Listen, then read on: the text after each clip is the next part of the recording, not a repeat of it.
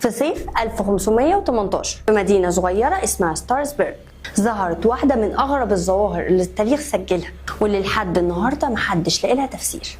القصة بدأت بواحدة اسمها تروفيا، خرجت في الشارع وبدأت ترقص. في الأول الجيران بصوا من الشبابيك وضحكوا، افتكروها فرحانة أو بتحتفل بحاجة معينة، لكن الموضوع قلب جد لما فضلت ترقص بالساعات من غير ما توقف، يوم كامل وكمان يوم تاني.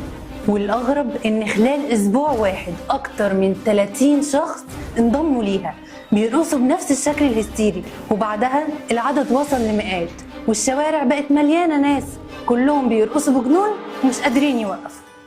السلطات وقتها ما عرفوش يعملوا ايه، وبدل ما يوقفوهم قالوا يمكن الرقص هو العلاج.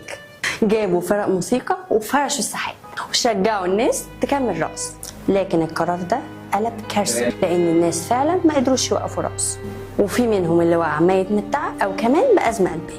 لحد النهارده المؤرخون والعلماء بيحاولوا يعرفوا ايه اللي حصل، وفي نظريه بتقول انهم كانوا تحت ضغط رهيب من الجوع والاوبئه، فالخوف والضغط النفسي اتفجر في صوره هستيريا جماعيه. وفي راي تاني بيقول انهم اكلوا نوع من الفطر المسموم بينمو في القمح، بيأثر على الجهاز العصبي ويخلي الناس يتهيأ لهم حاجات ويفقدوا السيطره على انفسهم.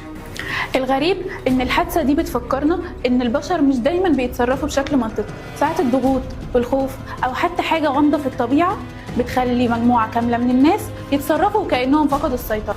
ولو فكرت فيها هتلاقي ان يمكن دي من اغرب الرسائل اللي التاريخ بيسيبها لنا، ان الانسان مهما كان متطور هيفضل فيه لحظات غامضه مش لاقي لها تفسير، لحظات بتقول لنا ببساطه ان لسه في اسرار كتير عن نفسنا وعن العالم اللي حوالينا.